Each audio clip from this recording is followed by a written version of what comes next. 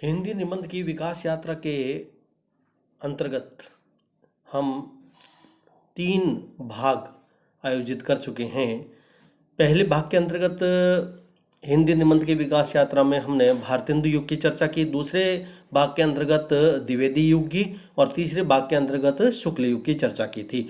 तीसरे भाग में शुक्ल युग की चर्चा को समाप्त करते समय मैंने शुक्लोत्तर युग की एक भूमिका के रूप में आपको बताया था कि शुक्ल जी के पश्चात हिंदी निबंध का जो विकास है वो बहुत तेज गति से हुआ था। शुक्ल जी ने एक आधार जो तैयार किया था वह आगे चल कर के जो निबंधकार थे उनके लिए एक मील का स्तंभ के रूप में वे साबित हुए। और शुक्ल जी के पश्चात जो बहुत महत्वपूर्ण निबंधकार थे उसकी चर्चा भी मैंने आपको तीसरे व्याख्यान के अंतर्गत की थी। उसमें मैंने आचार्य हजारी प्रसाद द्विवेदी के निबंधों का जिक्र भी किया, उनके निबंधों की विशेषताएं भी आपको बताई थी। आज इस हिंदी निबंध के विकास यात्रा के चौथे और अंतिम भाग के व्याख्यान के अंतर्गत हम शुक्लोत्तर युग के जो अन्य महत्वपूर्ण निबंधकार हैं उनकी चर्चा करेंगे। आचार्य हजारी प्रसाद द्विवेदी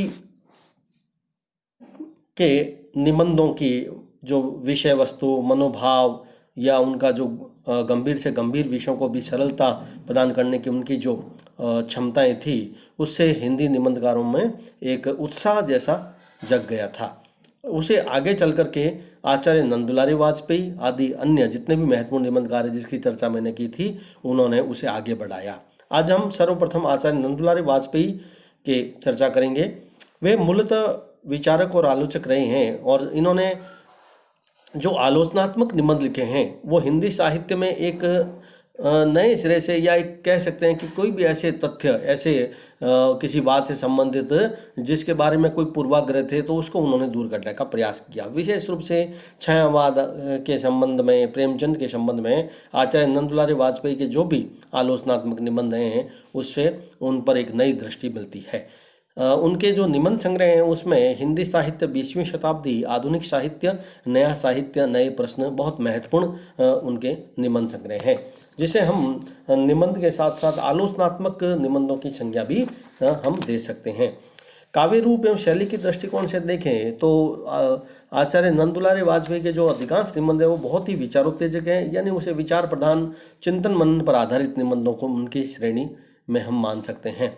इस दृष्टि से यदि हम कहें तो वे आचार्य रामचंद्र शुक्ल की परंपरा में एक बहुत प्रसिद्ध व्यक्ति के रूप में हम उनकी गणना कर सकते हैं, क्योंकि उनके निबंधों में भी आचार्य शुक्ल की तरह शैली की बौद्धिकता एवं जो तार्किकता है वह उच्च स्तरीय देखने को मिलती है। पाठकों को एक बौद्धिक आनंद प्राप्त होता है आचार्य नंदुलारी वाजपेयी के निबंधों को पढ़ने से। आचार्य नंदुलारी वाजपेयी ने भारतीय संस्कृति एवं पुरातत्व पर कोई निबंध नहीं लिखे हैं ज़्यादा, लेकिन उनके जो निबंध हैं वो छायावाद और अन्य जो साहित्य है हमारा हिंदी साहित्य उस पर एक नया प्रकाश पड़ता है। भारतीय संस्कृति और पुरातत्व संबंधी निबंधों को लिखने वाले में डॉक्टर वासुदेव शरण अग्रवाल शुक्लोत्तर युग में बहुत महत्वपूर्ण निबंधकार हैं, जिनके निबंध पृथ्वीपुत्र, कला और संस्कृति विशेष प्रसिद्ध हुए थे। इन्होंने आधुनिक जो पाठक हैं उनको भारतीय संस्कृति और पुरातत्व से परिचय कराने का एक सरल और सरस प्रयास अपने निबंधों के माध्यम से किया। आत्मानुभूति परक व्यक्तिगत निबंधों की श्रेणी में देखें तो पंडित शांतिप्रिय द्विवेदी का हिंदी साहित्य में एक विशिष्ट योगदान रहा है।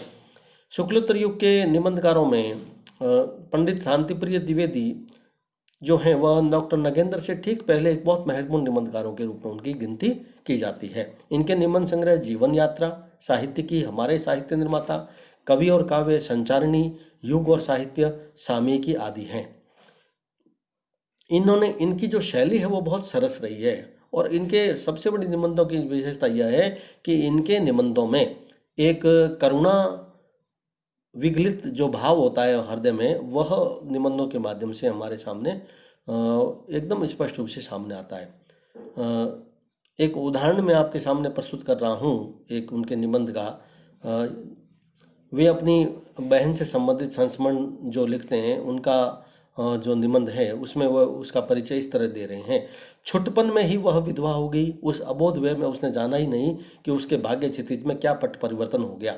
जन्म काल से माँ का जो आंचल उसके मस्तक पर फैला हुआ था, सयाने होने पर उसने वही आंचल अपने मस्तक पर ज्यों का त्यों पाया, मानो शैशव ही उनके जीवन में अक्षुण हो गया। अचानक एक दिन वह जब अंचल भी मस्तक पर से छाया की तरह तिरोहित हो गया, तब उसके जीवन में मध्याह्न की प्रखर ज्वाला के सिवाय और क्या शेष रह गया था। यानी इस निबंध के अंश से पता चल जाता है हमें कि इनके निबंधों में करुणोत्पादकता की जो जो विशेष छवि है वह उभर कर आती है। हिंदी साहित्य में डॉक्टर शुक्ल जी के पश्चात यदि हम सर्वाधिक जो एक ख्याति प्राप्त निबंधकार कह सकते हैं, उसमें आचार्य नंदबिहारी वाजपेयी का जिक्र मैंने कर दिया था।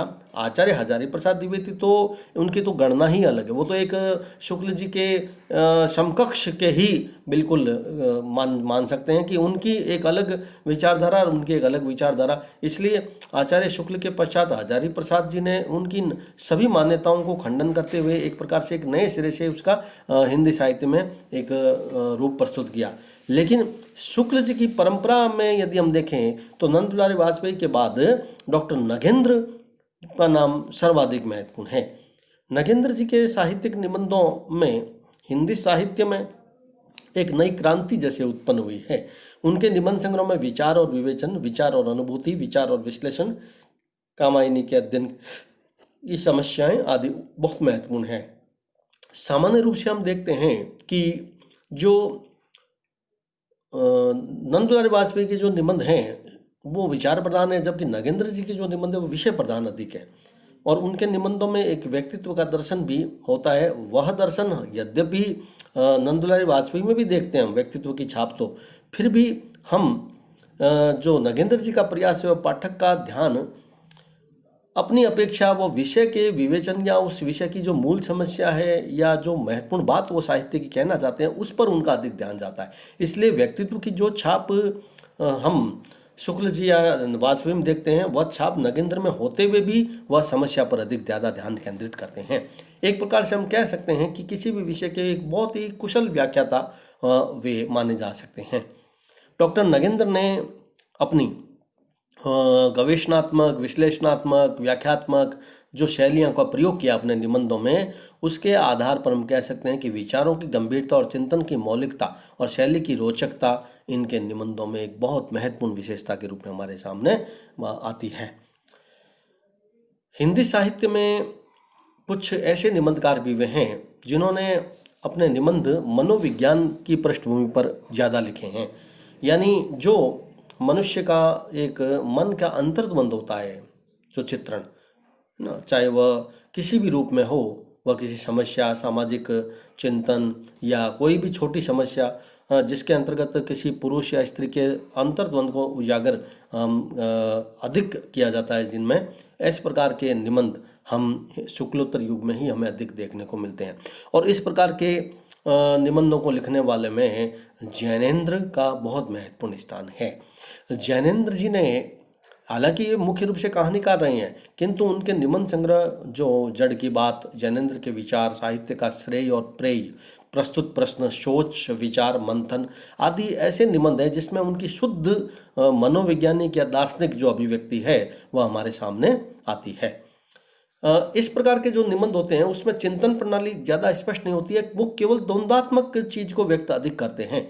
और इस प्रकार के जो निबंध है ना, वो पाठक को कभी भी किसी एक निर्णय पर जल्दी से नहीं पहुंचाते हैं। एक तो तुरंत कहने का मेरा आशय यह है कि एकाएक कोई स्पष्ट निर्णय पर पाठक नहीं पहुंच पाता है और द्वंद्वात्मक चक्रव्यूह में निबंधों में घूमता रहता है। वह उस चक्करदार मार्ग में वह क्या होता है, उस स्थिति को छोड़ने का साहस ही नहीं कर पाता और आखिरकार निबंधकार ही अंत में उसका हल प्रस्तुत करता है।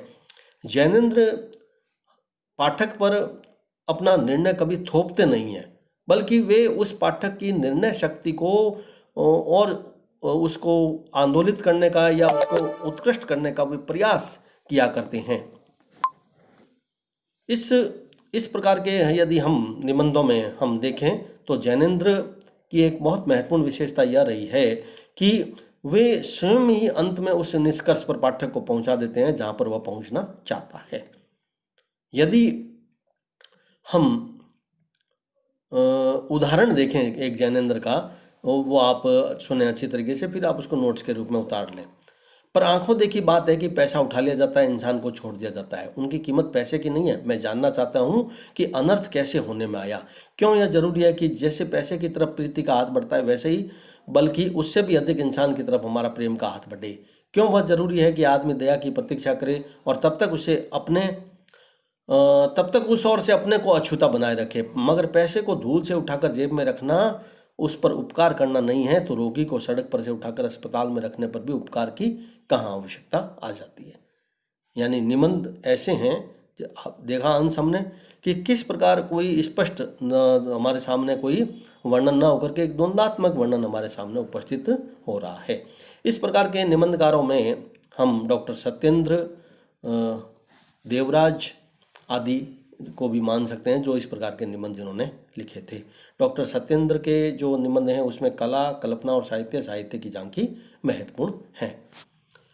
शुक्ल युग के पश्चात जो अन्य प्रमुख निबंधकार हैं उनमें डॉक्टर रामविलास शर्मा एक बहुत महत्वपूर्ण निबंधकार के रूप में उनकी ख्याति है।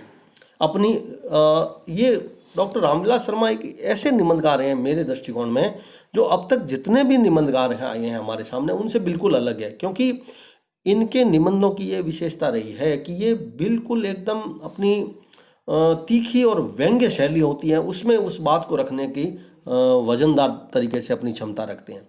इसलिए यदि हम देखें शुक्ल जी के पश्चात यदि कोई प्रगतिशील विचारों से संबद्ध यदि कोई निबंधकार बहुत ज़्यादा प्रसिद्ध हुए हैं तो वो डॉक्टर रामविलास शर्मा ही रहे हैं। डॉक्टर रामविलास शर्मा ने साहित्य, कला, संस्कृति, राजनीति आदि सभी विषयों पर अपने निबंध लिखे हैं और उनके निबंधों में संस्कृति और साहित्य, प्रगति और परंपरा, प्रगतिशील साहित्य की समस्याएं, स्वाधीनता और राष्ट्रीय साहित्य आदि महत्वपूर्ण हैं। इस प्रकार के प्रगतिवादी शैली से संबंधित निबंध लिखने वालों में प्रकाश चंद्र गुप्त और शिवदान सिंह चौहान का भी एक महत्वपूर्ण स्थान है। प्रकाश चंद्र गुप्त के निबंध नया हिंदी साहित्य, एक भूमिका, साहित्य धारा, और शिवदान सिंह चौहान का जो निबंध संग्रह साहित्यानुशीलन और आलोचना के मान, ये बहुत महत्वपूर्ण है। लेकिन कुछ भी कहें, ये जो प्रगतिशीलवादी विचारधारा से संबद्ध निबंधकार हैं इनके निबंधों में एक सरलता हमें जरूर मिलती है और वो स्पष्टता जो पहले हमें जैनेंद्र में कम देखने को मिली, इस प्रकार के निबंधों में अधिक देखने को मिलती है। आगे चल करके ऐतिहासिक और सामाजिक विषयों पर अधिक निबंध लिखे गए शुक्ल जी के पश्चात शुक्लोत्तर युग में, और सामाजिक, सांस्कृतिक और इस प्रकार के ऐतिहासिक विषयों और संसारण विषयों पर लिखने वाले निबंधकारों में डॉक्टर भगवत शरण उपाध्याय, भागीरथ मिश्र, रामधारी सिंह दिनकर आदि बहुत महत्वपूर्ण निबंधकार रहे हैं। कुछ प्रमुख निबंध संग्रहों के नाम आप उसको नोट कर लेना। जैसे डॉक्टर भागीरथ मिश्र के जो निबंध संग्रह अधिक प्रसिद्ध हुआ, जिसमें कला और साहित्य महत्वपूर्ण था, और डॉक्टर रामधारी सिंह दिनकर का मिट्टी की ओर, अर्धनारीश्वर, रेती के फूल आदि महत्वपूर्ण निबंध संग्रह माने गए हैं। संस्मरण से संबंधित भी शुक्लोत्तर युग में निबंध लिखे गए, और संस्मरण में हम समझते ही हैं कि महादेवी वर्मा से सब लगभग हम मान सकते हैं कि एक शुरुआत हम मान सकते हैं कि उन्होंने ही की थी इसकी। संस्मरणात्मक निबंधों में महादेवी वर्मा के अतिरिक्त हरिवंश राय बच्चन और रामवृक्ष बेनीपुरी भी महत्वपूर्ण निबंधकार रहे हैं। महादेवी वर्मा ने अतीत के चलचित्र, स्मृति की रेखाएं, श्रृंखला की कड़ियां, ऐसे निबंध संग्रह उनके जिसमें पूरी तरीके से उन्होंने अनुभूति से ओतप्रोत होकर के अपने निबंध लिखे हैं। जितने भी ये निबंध संग्रह, इसमें जितने भी निबंध हैं उसमें विशेष रूप से दार्शनिक अंतर्दृष्टि, एक कवि जैसी वाणी, चित्रकार जैसी तुलिका या गहन अनुभूतियों से संबंध, जो एक विषमता या अन्य जो तथ्य वेदना के, वो सारे के सारे तथ्य संस्मरणात्मक निबंधों में हमें देखने को मिलते हैं। एक जो बहुत प्रसिद्ध हुआ था रामवृक्ष बेनीपुरी जी का निबंध संग्रह, उसको आप ध्यान में रखें, वो था गेहूं और गुलाब। ये बहुत प्रसिद्ध निबंध उनका संग्रह है हिंदी साहित्य में। आगे चल करके जो अन्य जो निबंधकार हमारे सामने आते हैं उसमें आचार्य चंद्रबली पांडे और डॉक्टर देवराज, जीलाचंद जोशी आदि महत्वपूर्ण हैं। एक अन्य तथ्य की ओर मैं आपका ध्यान आकर्षित करना चाहता हूँ। यद्यपि यशपाल महत्वपूर्ण रूप से एक कथा साहित्य के ही लेखक माने गए हैं, लेकिन उन्होंने भी निबंधों पर असाधारण उनको सफलता मानी जा सकती है, उनको मिली है। उनके निबंध जो हैं उसमें बहुत संक्षेप में यदि हम कहें तो ऐसे ऐसे विषय उन्होंने चुने जिसको हम कल्पना भी नहीं कर सकते। उनके निबंध में नाम उनके निबंधों के देखें तो आप बड़े आश्चर्यचकित लगेंगे आपको। निबंध का नाम है देखा, सोचा, समझा। ये तीनों अलग अलग हैं निबंध। उसी तरह न्याय का संघर्ष, गांधीवाद की शव परीक्षा आदि। अब हम एक ऐसे विषय की चर्चा करेंगे शुक्लोत्तर युग में जिसमें विशेष रूप से जो भारतेंदु युग में तो थोड़ी उसकी शुरुआत हुई थी, और वे थे हास्य और व्यंग्य से परिपूर्ण निबंध। हास्य व्यंग्य निबंध पूरी तरीके से हिंदी साहित्य में धीरे धीरे लिखे जा रहे थे, लेकिन एक विशेष इसी शैली पर लिखने वाले निबंधकार जो हमारे सामने आए थे शुक्लोत्तर युग में, उसमें गोपाल प्रसाद व्यास, प्रभाकर माचवे और बेढब बनारसी बहुत महत्वपूर्ण निबंधकार रहे हैं जो इस विषय पर इन्होंने निबंध लिखे थे। इन सभी निबंधकारों में व्यंग्य और विनोदपूर्ण ढंग से साहित्य के विषय को प्रस्तुत किया, और उस प्रकार एक सामान्य सी बात पर भी उन्होंने साहित्यकारों पर अपना ध्यान आकर्षित किया था।